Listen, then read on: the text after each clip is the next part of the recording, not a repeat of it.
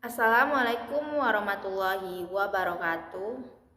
Selamat pagi anak-anak bunda, apa kabarnya pada hari ini? Semoga semuanya dalam keadaan sehat. Pada hari ini kita akan belajar tematik. Sebelum belajar, marilah kita berdoa. Berdoa dimulai. Doa sebelum belajar. Bismillahirrohmanirrohim. Rabbi zidni ilma warzuqni fahma. Ini kita akan belajar bersama materi kelas 3 tema 1, subtema 1, pembelajaran 5 mengenai ciri-ciri makhluk hidup. Adapun tujuan pembelajaran kita hari ini yaitu yang pertama, menceritakan kembali gambar berseri, yang kedua, menuliskan aturan sebelum makan, dan yang ketiga, penjumlahan bilangan ribuan. Nah, hari ini kita masuk pada pembelajaran kelima. Ayo kita belajar bersama. Perhatikan gambar berikut ini. Ada dua gambar. Gambar yang pertama dan gambar yang kedua. Lalu ada dua gambar lagi. Gambar yang ketiga dan gambar yang keempat. Perhatikan baik-baik gambar tersebut. Bekerjalah dengan cara berkelompok. Buatlah cerita berdasarkan gambar di atas. Buatlah cerita pada tempat yang sudah disediakan di halaman berikutnya. Ceritakan hasil kerja kelompokmu di depan kelompok yang lain. Misalnya, pada gambar yang pertama, Edo, Udin, dan Beni asik bermain pasir bersama. Mereka mencari cacing yang digunakan untuk memancing. Mereka sangat bersenang-senang. Nah, saat jam makan siang tiba, Edo langsung mengambil makanan. Ia tidak mencuci tangan seperti yang dilakukan Udin dan Beni. Mereka makan siang bersama dengan lahap. Mereka tidak merasa khawatir sedikit pun. Di gambar yang keempat, akhirnya setelah beberapa saat, Edo pun merasakan sakit perut dan harus dirawat di ruang inap. Itulah akibatnya jika makan tanpa mencuci tangan menggunakan sabun.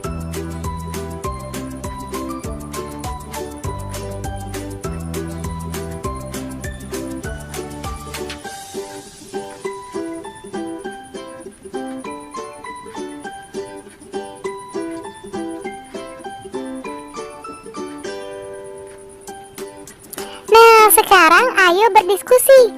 Perhatikan kembali gambar seri di depan. Apa yang dilakukan salah satu teman Udin sehingga ia jatuh sakit?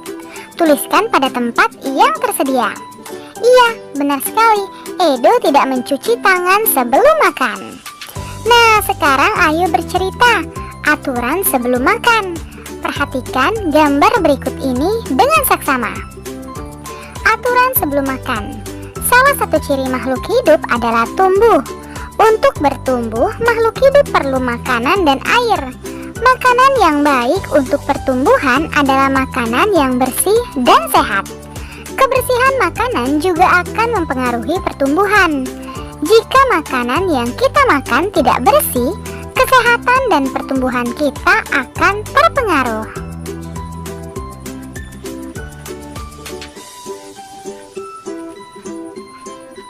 Salah satu cara menjaga makanan agar tetap bersih adalah dengan menutup makanan.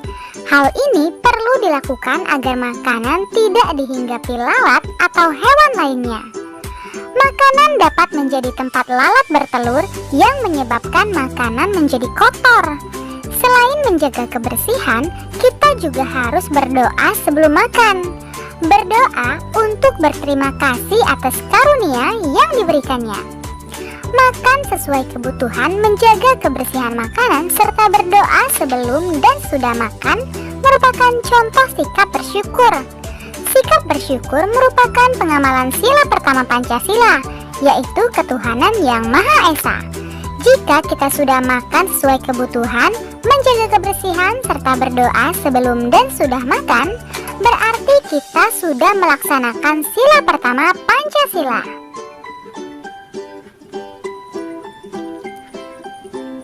Berdoa juga menunjukkan sikap berterima kasih kepada Tuhan. Selalu berdoa sebelum dan sudah melakukan kegiatan juga merupakan contoh pengamalan sila pertama Pancasila. Tuliskan kebiasaan yang kamu lakukan sebelum makan, lalu ceritakan di depan teman-temanmu ya. Sebelum makan biasanya saya mencuci tangan, lalu berdoa sebelum makan.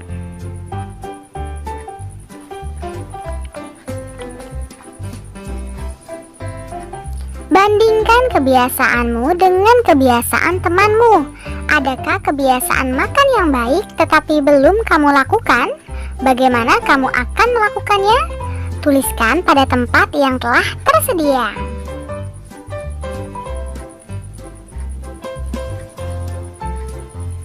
Nah, sekarang ayo berlatih.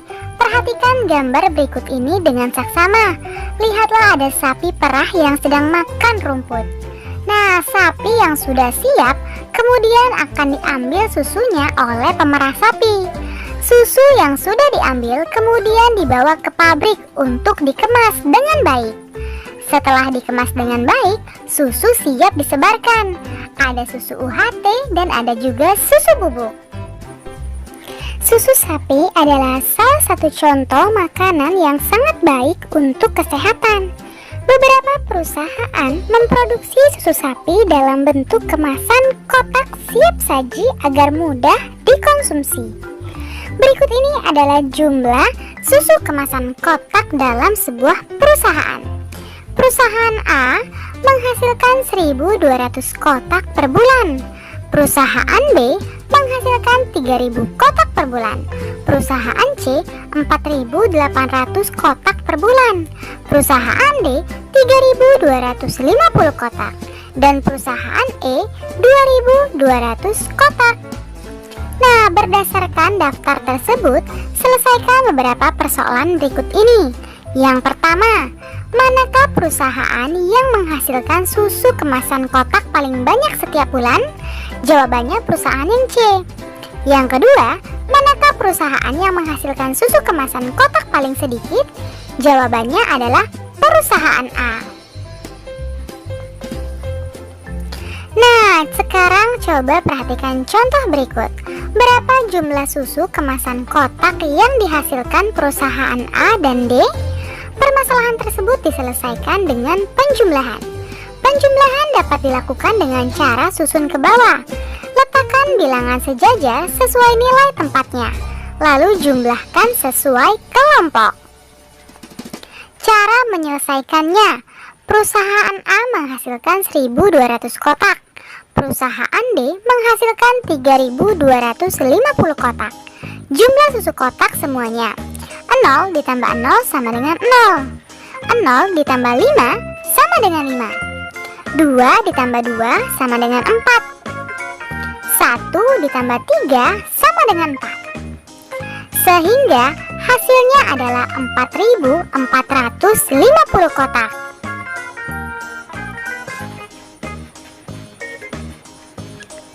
Nah, sekarang coba kalian selesaikan soal-soal berikut ini. Yang pertama, berapa jumlah susu kemasan kotak yang dihasilkan perusahaan A dan B? Perusahaan A 1.200 kotak, perusahaan B 3.000 kotak. Sekarang tinggal kita jumlahkan. 1.200 ditambah 3.000. 0 ditambah 0 sama dengan 0. 0 ditambah 0 sama dengan 0. 2 ditambah 0 sama dengan 2. 1 ditambah 3 sama dengan 4. Sehingga perusahaan A ditambah perusahaan B menghasilkan 4.200 kotak. Yang kedua, berapa jumlah susu kemasan kotak yang dihasilkan perusahaan B dan E? Perusahaan B 3.000 kotak, perusahaan E 2.200 kotak. Sekarang tinggal kita jumlahkan. 3.000 ditambah 2.200 sama seperti yang pertama. Hasilnya yaitu 5.200 kotak.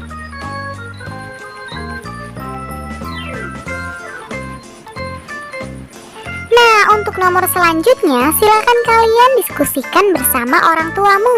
Lalu tulislah di bukumu masing-masing.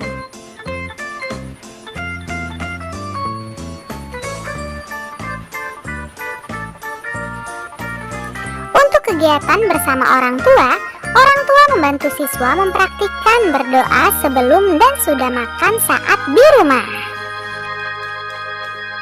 Terima kasih, kalian memang anak pintar.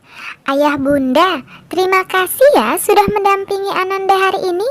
Semoga Ananda memahami materi pembelajaran hari ini dengan baik. Nah, jangan lupa untuk membereskan perlengkapan belajar. Berterima kasihlah kepada kedua orang tua, serta yang paling penting, berdoa setelah belajar. Terima kasih. Sampai bertemu di materi selanjutnya. Dadah. Wassalamualaikum warahmatullahi wabarakatuh.